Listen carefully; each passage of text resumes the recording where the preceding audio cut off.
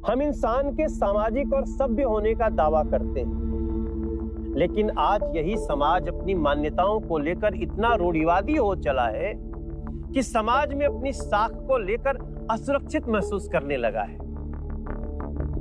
और कभी अगर उसकी साख हाथ से छूटने लगे तो वो अहंकार को संतुष्ट करने के लिए किसी के जीवन को ही दांव पर लगा देता है।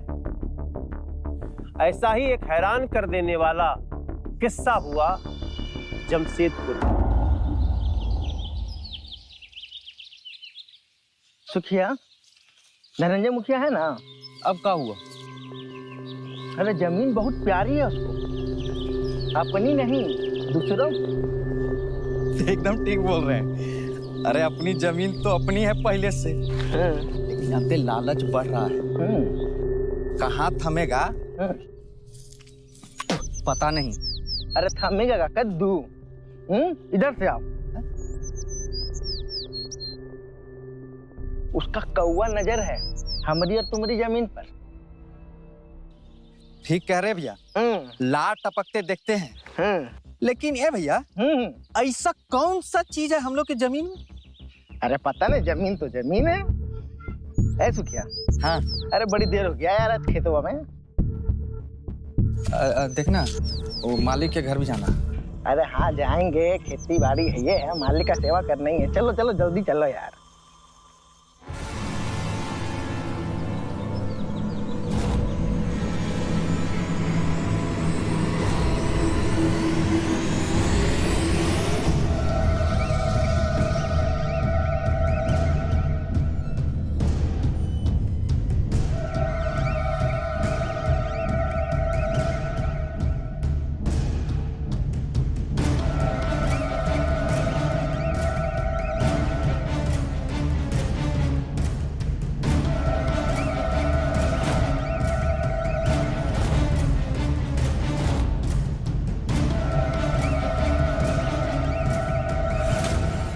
अरे ये तो मुखिया धनंजय है ना?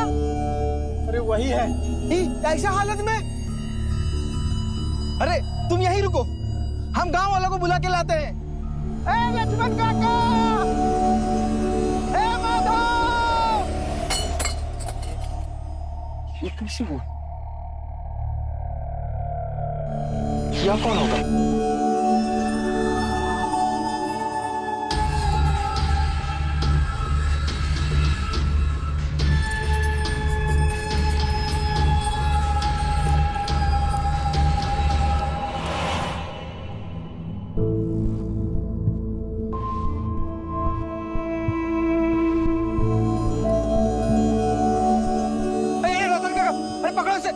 अरे कोई पानी लाओ रे।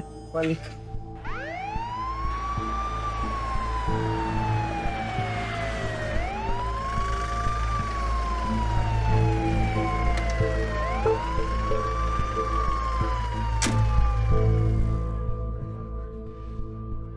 चलिए हटिए हटिए, साइड दीजिए, साइड दीजिए।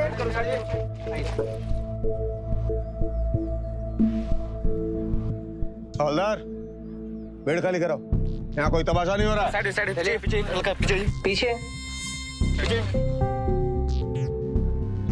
पंकज। जी सर। बॉडी उतरो।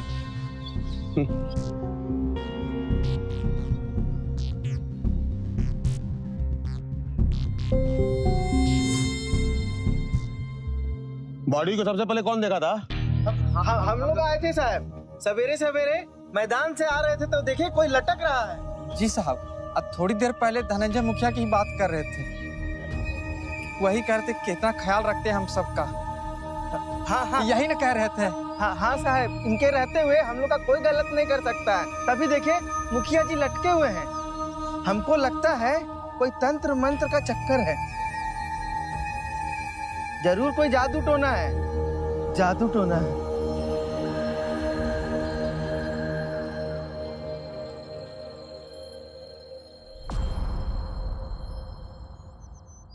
रुके साहब, ये मेरे पति हैं, मुझे इनके पास जाने दीजिए।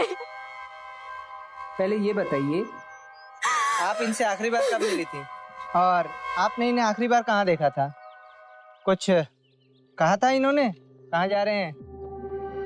बेचारे जिंदगी में नहीं बताया। पीने जाते थे भाड़े पर, कल भी गए थे 6 बजे। हमको क्या पता था ये सब हो जाएगा। अरे इनकी घड़ी कहाँ गई? इनके पास घड़ी भी थी क्या? सोने की घड़ी थी। पता घड़ी के खातिर, अरे छीन लेता, मारने की क्या जरूरत थी? हम मारे हैं इसको।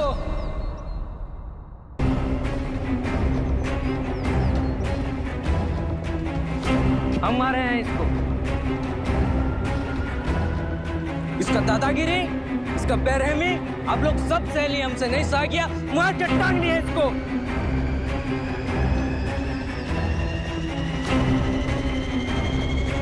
आप लोग को विश्वास नहीं हो रहा है ना?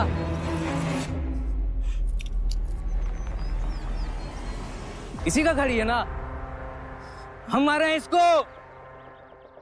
अरे गिरीशवा, अरे पगला गए हो क्या? लाओ घड़ी हमको तो। अब आप जाइए। अरे हम मारे हैं इसको। अब जाइए ना। अरे कह रहे ना हम मारे हैं। अरे साहब, हम ही मार के टांगे। लाओ घड़ी लाओ।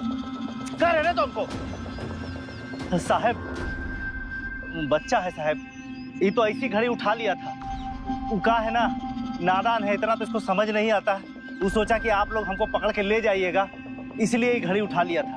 हम ही इसको मार के टांग दिए थे साहब। पंकज। जी सर। घड़ी दो मुझे।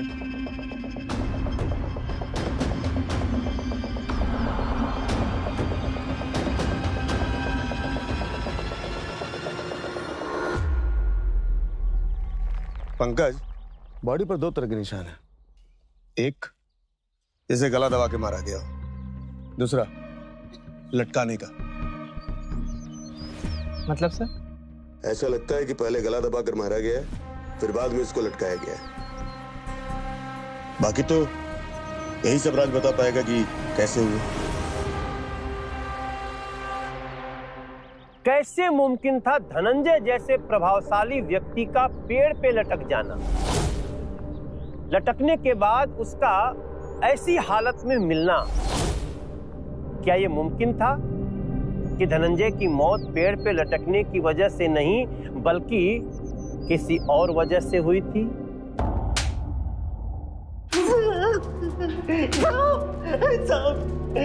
बड़ी दिलेरी आ रही है क्या?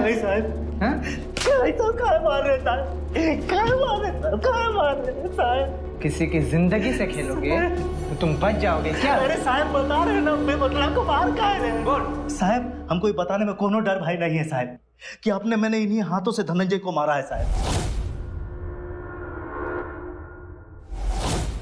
साहब अरे सांस लेना भी दुश्वार कर दिया था हमारा साहब। अरे मुखिया था हमारा, हम गरीबों को दुख दर्द जाने बगैर हमारी एक एक इंच जमीन हड़प ली साहब। बातचीत करने गए तो सर से पानी ऊपर चला गया।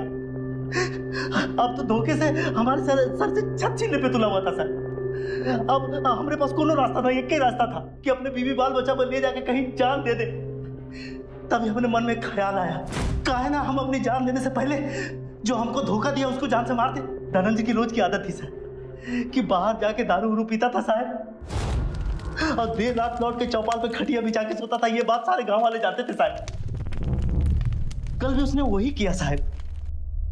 मैं जाके देखा साहब, चौपाल में सोया हुआ था साहब वो, और ठंड से बचने के लिए आग जल रही थी साहब।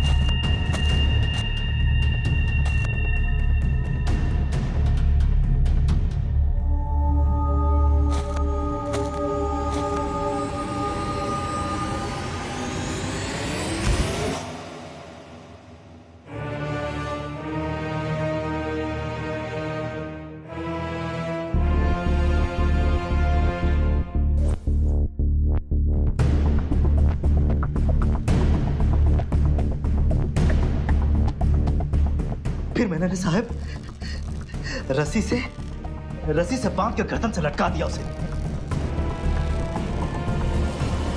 आसान कोई गलती नहीं की हमने साहब। बिल्ली भी ना साहब इंसान पे झपट पड़ती है जब उसे भागने का रास्ता नहीं मिलता है साहब। हम तो फिर भी इंसान है ना साहब। अगर हमारे ऐसा करने से साहब मेरे बीवी बाल बच्चे खुश रहेंगे साहब। किसान भाई लोग अपने छत में अच्छा से रह सकेंगे साहब। अब किसान अपने खेत में खेती करके अपने बाल बच्चों का पालन पोषण कर सकता है साहब। हमने जो किया ठीक किया साहब। साहब धनंजय जैसे इंसान को ना 100 बार भी लटकाया जाए तो कम है साहब, लेकिन साला हमें एक ही बार लटकाया, इस बात का अफसोस रहेगा साहब। इस बात का बहुत अफसोस रहेगा, इस बात का बहुत अफसोस रहेगा साहब। का हम कहे थे मदन से कि अपना घर और जमीन गिरवी रख के कर्जा लो।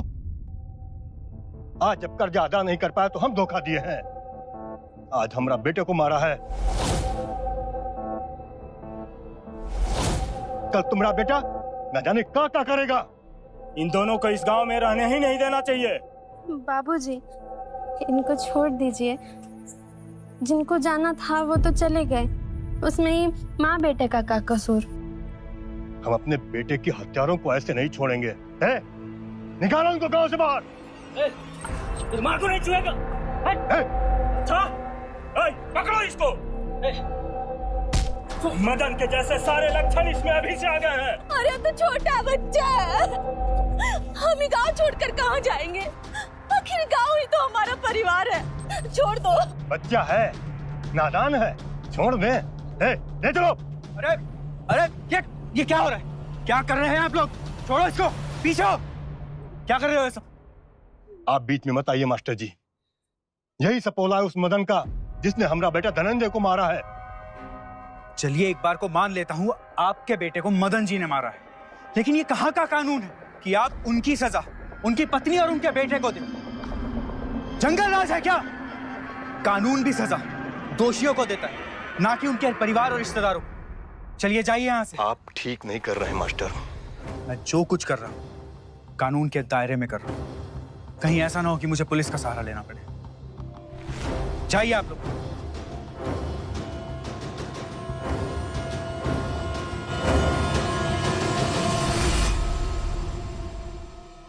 दीदी, आपको पुलिस से अपनी प्रोटेक्शन के लिए बात करनी चाहिए, ये आपका हक है।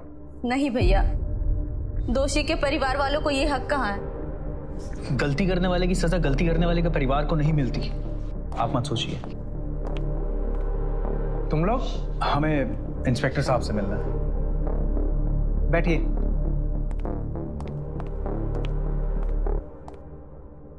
सर।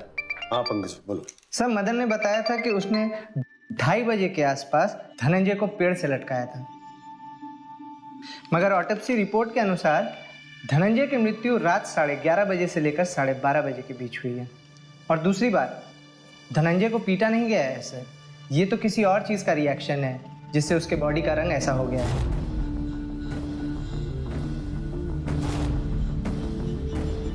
पंकज, तुम कुछ ज्यादा परेशान हो जाते। ऐसी रिपोर्ट्स अभी आएंगी।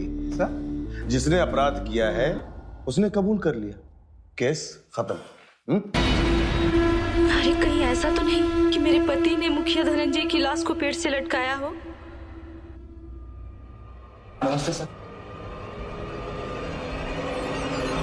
देखिए ना क्या हालत कर दिया गांव वालों ने इनका। आप प्लीज इन्हें प्रोटेक्शन दे दीजिए। आप तो बहुत अच्छे से जानते हैं धनंजय का बाप रतन सिंह बहुत ही दबंग आदमी है, वो इन दोनों को जीने नहीं देगा। आप प्लीज कुछ करिए। कानून कहता है कि 100 गुनहगार भले ही छूट जाए, लेकिन एक निर्दोष को सजा नहीं होनी चाहिए। लेकिन जब समाज किसी को सजा देता है तो उसमें हम क्या कर सकते हैं? ज्यादा परेशानी है तो गांव छोड़ के चले जाओ। सुना है कि सांप बिल छोड़ के जब जाता है तो बिल में जहर बचा रहता है। जाओ बाहर जाके बिल बिलाओ। मुंह संभाल के बात कीजिएगा सर, वरना का है अवलाद, बंद करो इसको। जाने दीजिए ना, बच्चा है, इसकी तरफ से हम माफी मांगते हैं। न माफी मांगने के लायक रहोगी और न तुम्हारा ये लड़का रहेगा। चलो निकलो यहां से। आज के बाद यहां दिखने नहीं चाहिए तुम लोग। चलो। पता नहीं सच क्या है, क्या पता गिरीश के बाबा निर्दोष हो। पुलिस बताए न बताए, हम यह जान कर ही रहेंगे। आइए दीदी, आइए। लेकिन अमन आप आइए ना, ये आप ही का घर है। जब तक दीदी सब कुछ ठीक नहीं हो जाता, आप इसे अपना ही घर समझिए। लेकिन भैया। लेकिन क्या दीदी, आप मुझे अपना भाई कहती है ना, आप बिल्कुल मेरी बड़ी बहन की तरह है और ये मेरा भांजा है। सो आप बिल्कुल फिक्र मत कीजिए, जब तक सब कुछ ठीक नहीं हो जाता आप दोनों यही रहिए। तू चिंता मत कर बेटी, इसे अपना ही घर समझ। और वो धनंजय मुखिया के शातिर पिता रतन, उसकी चिंता है मुझे, और उसका भी कोनो न कोनो उपाय निकल ही जाएगा। लाओ आप सामान मुझे। चलो बैठो। पुलिस स्टेशन में वो लोग बोल रहे थे। आप क्या बात कर रहे हो दीदी, ऐसे कैसे हो सकता है? हमने अपने कान से सुना है। गिरीश के बाबा ने ना उसके साथ मारपीट की, ना कोनो चीज से वार किया, तो धनंजय का शरीर ऐसे कैसे हो गया? सबने देखा है, पिटाई से ऐसा शरीर होता है का? हमें कुछ ना कुछ सोचना पड़ेगा। जिस हिसाब से आप बता रही है, उस हिसाब से तो मदन जी कभी भी मुखिया जी के कातिल हो ही नहीं सकते। आप फिक्र मत कीजिए, हम कुछ ना कुछ रास्ता ढूंढ लेंगे।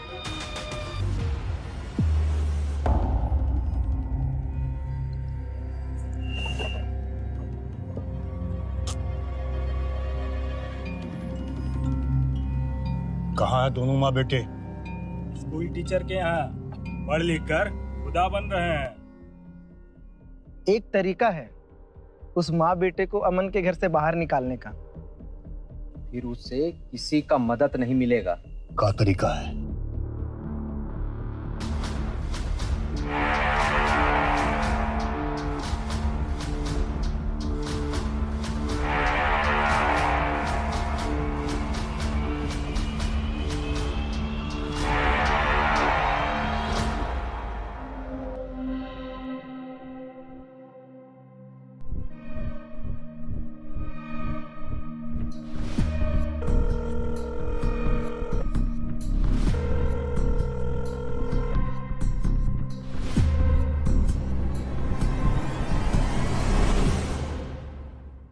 हेलो डॉक्टर, मैंने आपको जो फोटोज भेजी थी वो आपने देखी?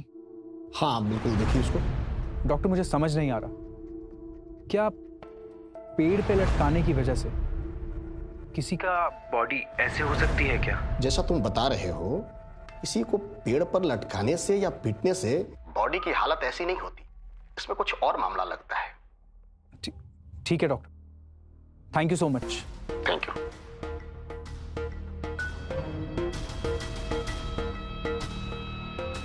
इसका मतलब मदन जी ने धनंजय को जब पेड़ से लटकाया होगा, उससे पहले उनकी मौत हो चुकी थी। लेकिन ये सच पता कैसे चलेगा?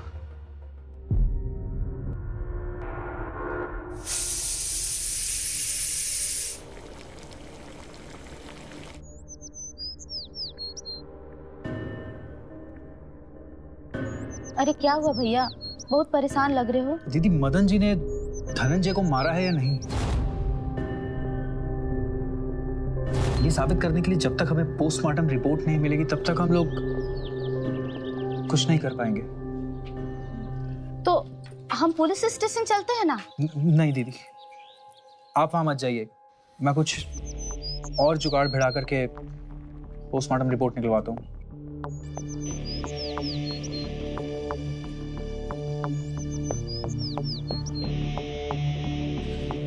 ये लो बेटा, चाय पियो। अरे अम्मा, आप क्यों ले आए? अरे पियो बेटा, बहुत।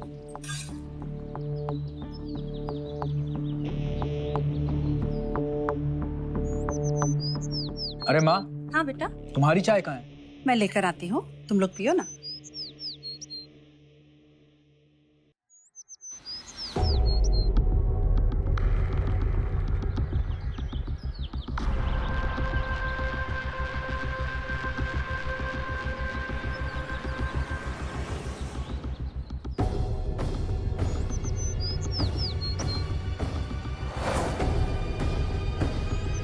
क्या हुआ?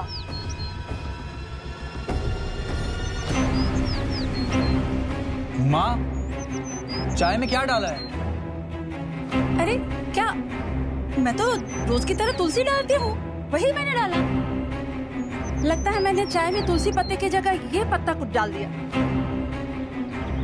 सुनो सुनो सुनो, छोड़ो छोड़ो ये चाय, मत पियो। जाओ जाओ जाओ, तुम लोग कुल्ला करो, जल्दी से जल्दी उल्टी करो। चलो चलो, जाओ जाओ, तुम भी जाओ बेटा, मैं हल्दी दूध लेकर तुरंत आती हूँ। जाओ जाओ। अरे ये क्या हो गया? आओ बेटा, कैसा लग रहा है? लो। अरे नहीं नहीं, इसको पियो, ठीक हो जाएगा। भैया, हमको लगता है ना उसको जहर देकर ही मारा गया है। एक छोटे से पत्ते से ये हाल हो गया, तो जहर देने से तो शरीर का क्या हाल होगा?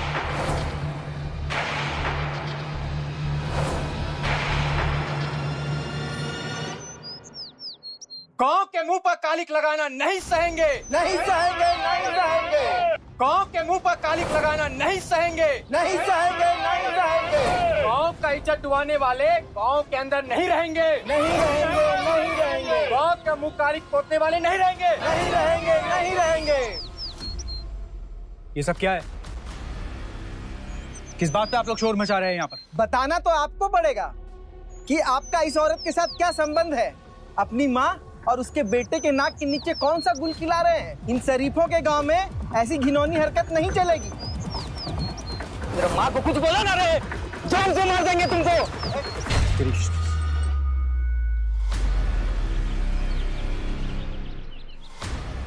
तो ये चाल है आप सब लोगों को? आप लोगों को क्या लगता है कि आपके ये सब करने से मैं बरखा दीदी को घर से बाहर निकाल दूं? बिल्कुल नहीं। पीछे हटिए और जाइए यहाँ से। चलिए जाइए। नहीं जाएंगे, आज जान कर ही जाएंगे। हम पर इल्जाम लगा दिया, एक बार भी नहीं सोचा कि हम आपकी भी बहन बेटी है। अरे कौन सा कानून कहता है कि जो दोषी है उसकी बीवी और बच्चे को भी फांसी चढ़ा दो? जब धनंजय ने अन्याय किया था तब तुम सब कहाँ थे? उस वक्त क्यों नहीं आए हमें बचाने? हमारी इज्जत उछालनी है ना, उछाल लो, उछाल लो तुम सब। लेकिन हमको और हमारे बेटे को जीने का हक है, और निर्दोष होने पे हमारे पति को भी। समझे आप सब?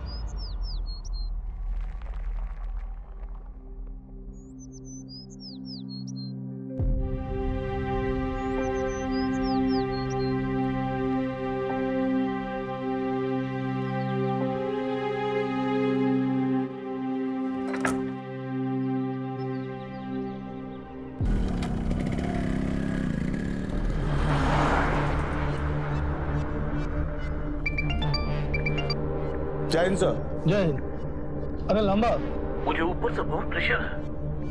वो जो मुखिया का कत्ल हुआ था, क्या हुआ उसका? चार्जशीट रेडी है सर। अरे जल्दी जल्दी केस निपटाओ। Okay sir. सर उसके बॉडी पे जो दूसरे मार्क्स मिले हैं उस पे कोई क्वेश्चन उठाए तो? जब दोषी ने खुद जुर्म स्वीकार कर लिया है तो फिर परेशानी किस बात की है? और ऐसे भी एसपी साहब ने देख लिया स्वयं, चिंता की कोई बात नहीं। ठीक है, ये यहाँ क्या कर रही है? भगाओ इसको। अरे ऐसे कैसे भगाइए? जब तक जांच पूरी नहीं हो जाती हमारे पति दोषी नहीं कहलाएंगे। गजब, आज इतना जोश और जज्बा कहाँ से आ गया तुमने? क्यों? जज्बा आ गया तो तकलीफ होगी आपको? इंस्पेक्टर साहब, हमें सिर्फ धनंजय की पोस्टमार्टम रिपोर्ट चाहिए। शिक्षक है ना आप? आजकल जासूसी कहानियां उपन्यास लिखने लगे हैं क्या? नहीं नहीं, लिखिए, हमको कोई दिक्कत नहीं है। इनको भी रोल दीजिएगा। वैसे हम कानूनी के हिसाब से चल रहे हैं, हमको टेंशन ना है। साहब, अनपढ़ जरूर है लेकिन दुनियादारी पढ़ ली है। चाहे जितना भी कानून के हिसाब से चलिए, ये मत सोचिए कि बेकसूर होने के बाद भी हम अपने पति को नहीं छुड़ा पाएंगे। चलिए भैया। चलो। पंकज सर, ये औरत हमारा ट्रांसफर करवा के मानेगी और प्रमोशन भी रुकवा के मानेगी। सर गांव वाले भी यही कह रहे थे, जब तक ये अमन इनकी औरत का मदद कर रहा है तब तक हम इनका कुछ नहीं कर सकते। अमन का तो हमको कुछ न कुछ करना ही पड़ेगा। जी सर।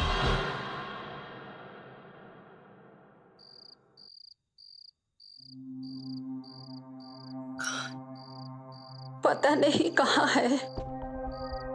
अभी तक अमन नहीं आया है। कितनी रात हो गई, कम से कम उसे फोन तो कर देना चाहिए था। समय पर आकर के खाना तो खाना चाहिए। कितने हालात खराब है बाहर के, मुझे इतनी चिंता हो रही है उसकी। कहाँ होगा अभी पता नहीं। क्या करूं समझ में नहीं आ रहा। हम जा रहे हैं, एक बार देख के आते। अरे तू कहीं नहीं जाएगा, तेरा जाना सही नहीं है, मैं देख के आती हूँ। अरे नहीं नहीं बिटिया, तू कहाँ जाएगी? बाहर इतने हालात खराब हैं। नहीं नहीं, अभी तुम्हारा जाना ठीक नहीं है। आ जाएगा वो। अरे आ जाएगा। क्या हो गया? देखो देखो। अरे अरे मास्टर जी को किसने मार दिया? क्या बात है ना? क्या है? मास्टर जी को भी लटका के मार दिया।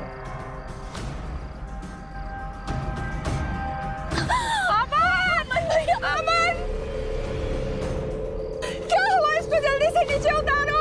अमन! मेरा बेटा!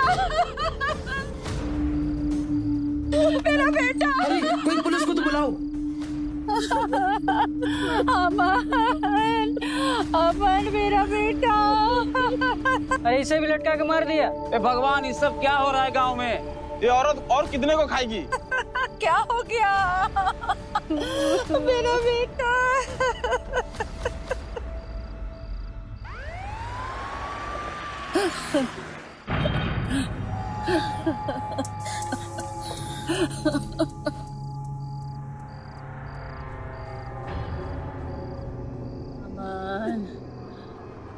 माता जी, आपको क्या लगता है किसने मारा होगा इसको? आपको किसी पर शक है?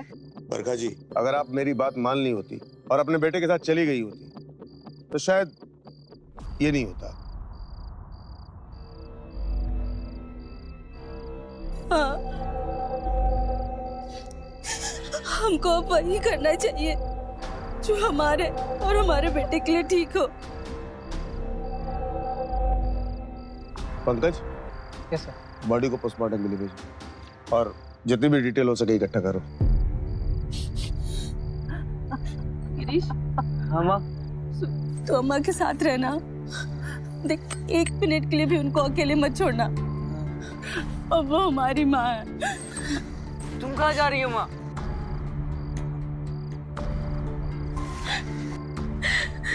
अरे अम्मा को संभाल। सुन, तुम्हारे बाबा और अमन भैया के लिए कुछ करने जा रहे हैं जो सही है। तू अम्मा को लेकर अस्पताल जा, हम आते हैं।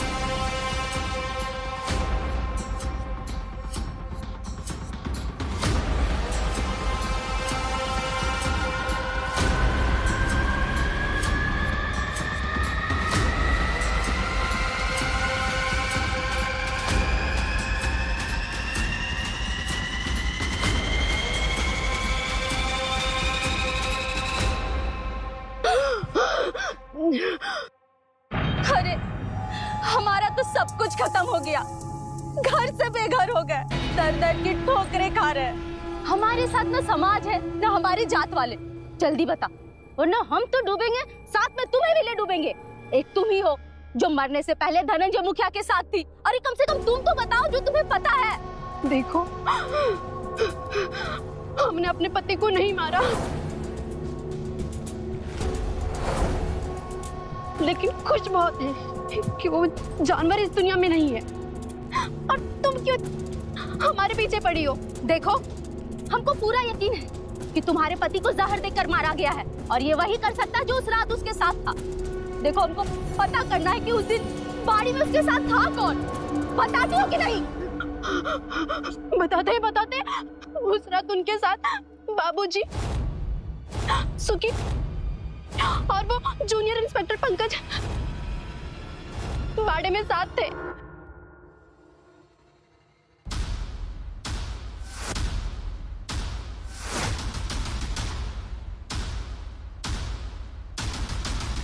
सुनो, तुम निकलो यहाँ से, लठैत आ गए।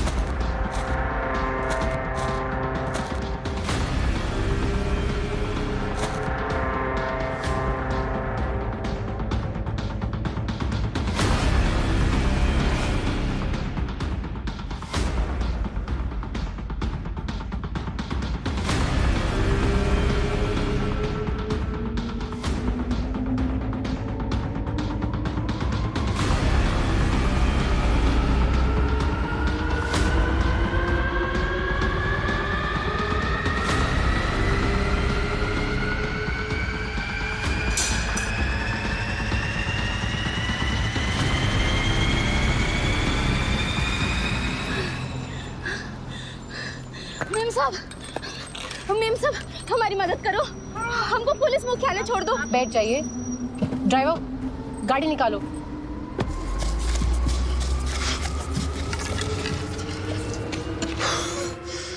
भाग गई ससुरी।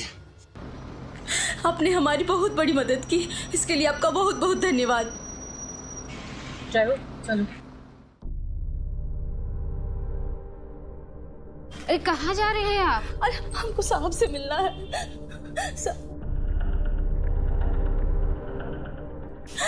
नमस्ते साहब। हम आराम से। बात क्या है? आराम से बताइए। साहब, हमारा नाम बरखा है, हम चिलगू गांव से आए हैं। साहब, हमारा एक छोटा सा परिवार है, उसमें हम, हमारे पति और एक बेटा है। साहब, हम बहुत खुशी से जी रहे थे, मगर हमारे गांव के मुखिया धनंजय, उनके अत्याचार से हम बहुत परेशान हुए साहब। उसने हमारी पूरी जमीन लूट ली, हमारा पूरा जमा पूंजी ले लिया, हमें पाई पाई के लिए मोहताज कर दिया। साहब, हमारे पति मदन गुस्से में आके मुखिया धनंजय को पेड़ से लटका दिए और बाद में पता चला कि वो तो पहले से मरा हुआ था।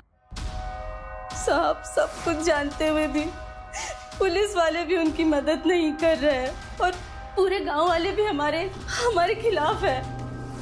हम आपके पास विनती लेके आए साहब। आप परेशान मत, हम कुछ करते हैं। हेलो मिस्टर ईशान, मुखिया धनंजय के केस को आप खुद हैंडल कीजिए। जी, आपकी हिम्मत को मानना पड़ेगा बरखा जी। आप एकदम निश्चिंत रहें, जो दोषी होगा उसको सजा मिलेगी। ठीक है, आप जाइए। धन्यवाद।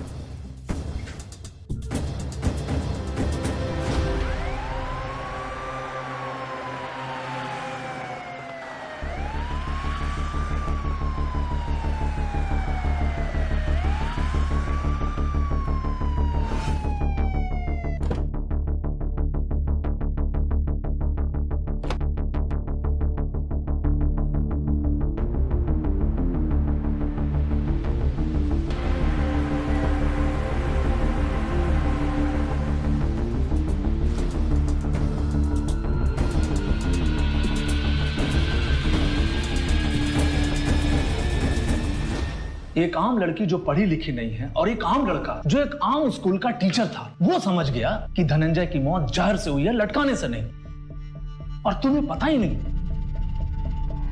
तुम्हें पता था या नहीं?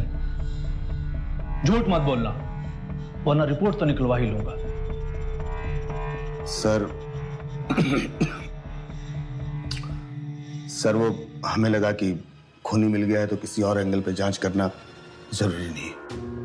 अच्छा, एक बार इस केस से निपट लेने दो, इसके बाद मैं सारे एंगल बताऊंगा आपको। शर्म नहीं है। और पंकज तुम? सर तुमसे और धनंजय के बाप रतन और नशेड़ी सुखी से मुझे अभी मिलना है। या तो तुम लोग सच सच बता दो, वरना सच गुलवाना मुझे आता है। मर्डर केस लगा दूंगा, लड़ते रहोगे जिंदगी भर। अरे ऐसे कैसे जिंदगी भर? रतन काका की है, रतन काका ही झेलेंगे। ससुरा शराबी, ये क्या कर रहे हैं आप? सही कर रहे हैं। इन शराबियों की अकल बोतल में बंद रहती है, तो बोतल खुली अकल गायब। बहुत हो गया, अब सच सच बता दो। तुम्हारे आदमी ने सब सच बता दिया है, मुझे तुमसे सुनना है।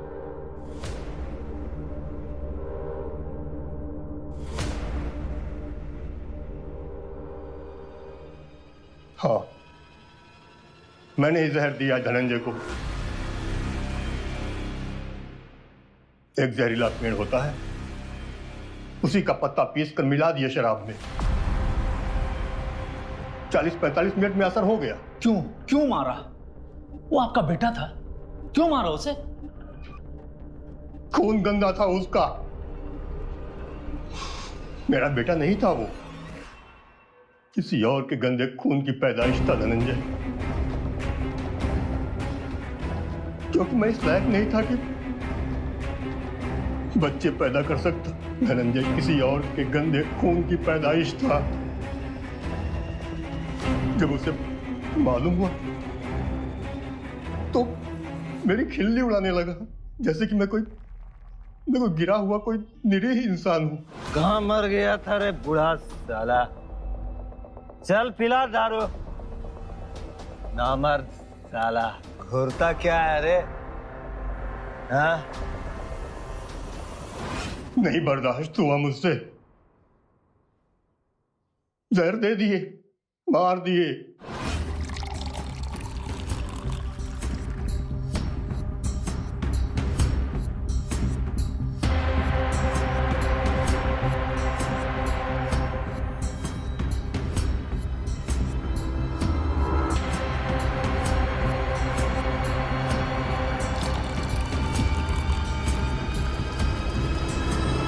जिस तरह से आप सेवा कर रहे हैं, बस करते रहिए।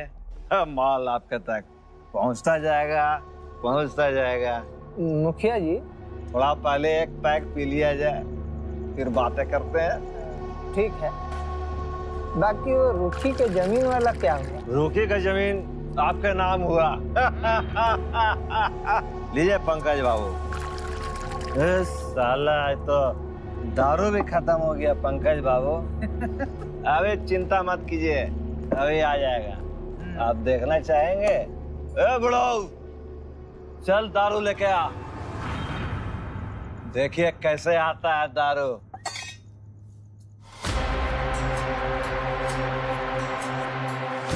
तू नामर्दी रहेगा। तुमको बोले हैं ना टाइम टू टाइम आया कर, देखा कर कौन आए हैं। पंकज बाबू आए, नहीं दिखता है? लीजिए पंकज बाबू, मूड बनाइए।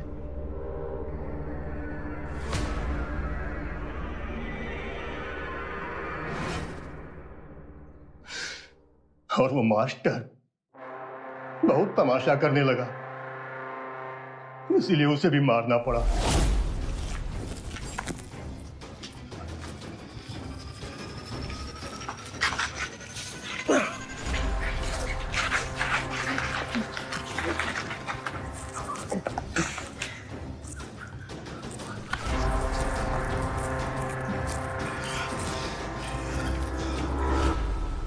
बरखा और उसके बेटे का इंतजाम भी कर देता। उसका तो कुछ हुआ नहीं, लेकिन आपका इंतजाम हो गया। मदन ने तो कुछ किया नहीं, निर्दोष आदमी था, लेकिन अटेम्प्ट किया था। इसका फैसला अदालत करेगी। मर्डर चार्ज तो नहीं लगेगा, लेकिन पुलिस इन्वेस्टिगेशन टीम का भी अब इन्वेस्टिगेशन होगा। हवलदार, ले जाओ इन्हें, बंद कर दो।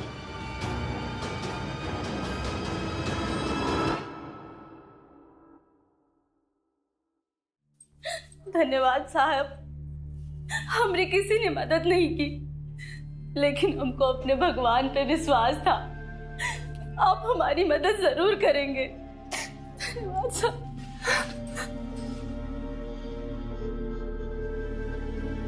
शर्म आनी चाहिए तुझे।